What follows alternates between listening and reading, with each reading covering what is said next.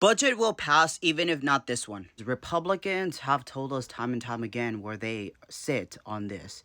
And they've told us within the 7 core principles of conservatism that can be found on Mike Johnson's website. And this is why I am critical of Democrats, because it's not just Project 2025 and onward, right? They don't have any majority right now. But ultimately, conservatives have been pushing this for decades. And Democrats, because they've been wanting for Republicans to not call them socialists, they've been sitting on their power and allowing for the comfort of Republicans to press whenever they even have majority. And it's important to hold Democrats accountable, because while Republicans have told us exactly what they've been wanting, we're going to see it here, Democrats should know better. But let's start. And this is why research and due diligence is extremely important, because number 2 of the 7 core principles of conservatism that is pushed by Mike Johnson, Speaker of the House, is limited government. But let's look at the bottom. It tells us that the best protection against government regress is an engaged and informed electorate. What that means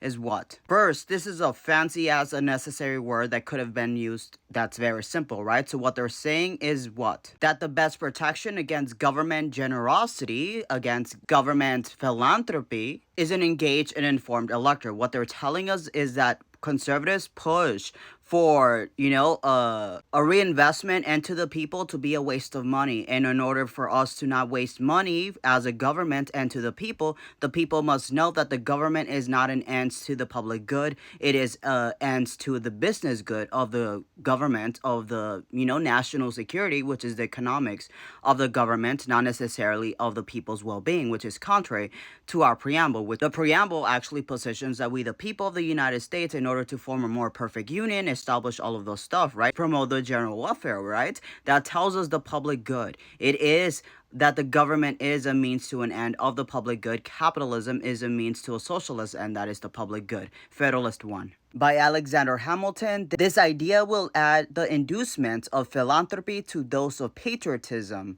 to heighten the solitude which all considerate and good men must feel for the event. So this positions that, in transitioning from the Articles of Confederation, which was, a lot of state rights and state authority above that of the federal, this is a new government, a constitutional government that will add the inducements of philanthropy, so the return of investment into the people through, through those social safety nets. And this is what it's positioned, because ultimately what Federalist 2 tells us is that nothing is more certain than the indispensable necessity of government, and it is equally undeniable that whenever and however it is instituted, the people must see to it some of their natural rights in order to vest it with requisite powers. So in order for the government to be capable of giving us the best benefits of the public good, we require to hand over some of our natural rights, right? That's why the Equal Protection Clause exists, so that the government can maintain a constitutional republic.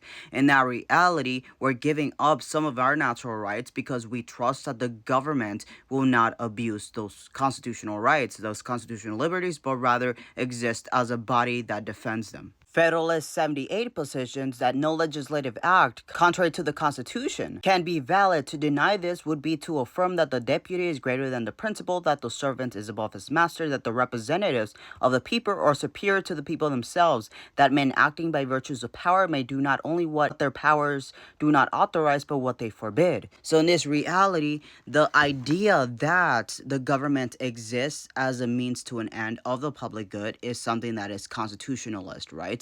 Anything different is originalism. The question is, how much are we supposed to have in order to maintain a stable constitutional balance? In this reality, the idea from the conservatives that social safety nets and therefore investing in the people's health care and all of these stuff being a waste of money isn't something new, not something new to MAGA, not something new to Doji. It is something that Republicans have stood on.